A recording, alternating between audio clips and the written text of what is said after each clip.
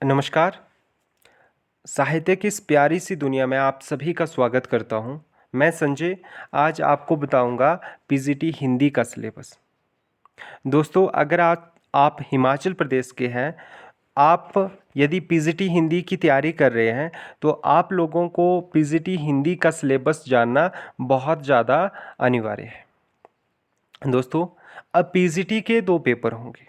प्रथम पेपर में आपसे कुल 100 प्रश्न पूछे जाएंगे, जिनमें से हिंदी व्याकरण के 20 सवाल, अंग्रेजी व्याकरण के 20 प्रश्न, हिमाचल प्रदेश के 30 प्रश्न और भारत जीके के 30 प्रश्न पूछे जाएंगे। इसमें नेगेटिव मार्किंग है। अगर आप 4 सवाल गलत करते हैं तो आपका 1 नंबर काटा जाएगा। इनमें से दूसरा ये है कि प्रथम पेपर में आपके 35% नंबर आने ज़रूरी है।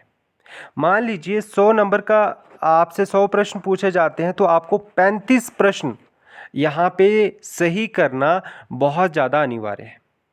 मान लीजिए आपके 100 सवाल में से आपके 32 प्रश्न ठीक होते हैं तो आपका जो दूसरा पेपर है वो चेक नहीं होगा, आप वहीं से डिस्क्वालीफाई हो जाओगे।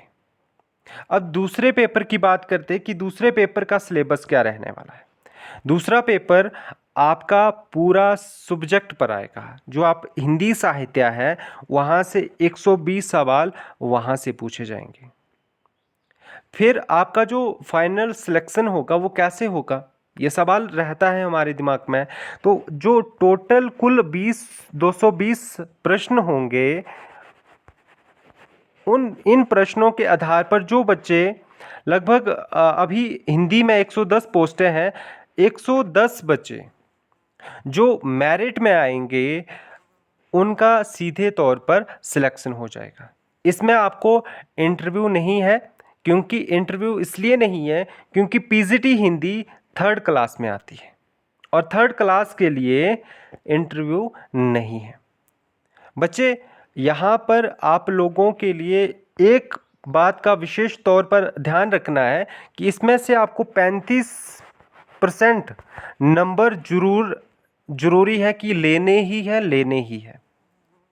अगर आपके 35% नहीं आते हैं तो दूसरा पेपर आपका चेक नहीं होगा।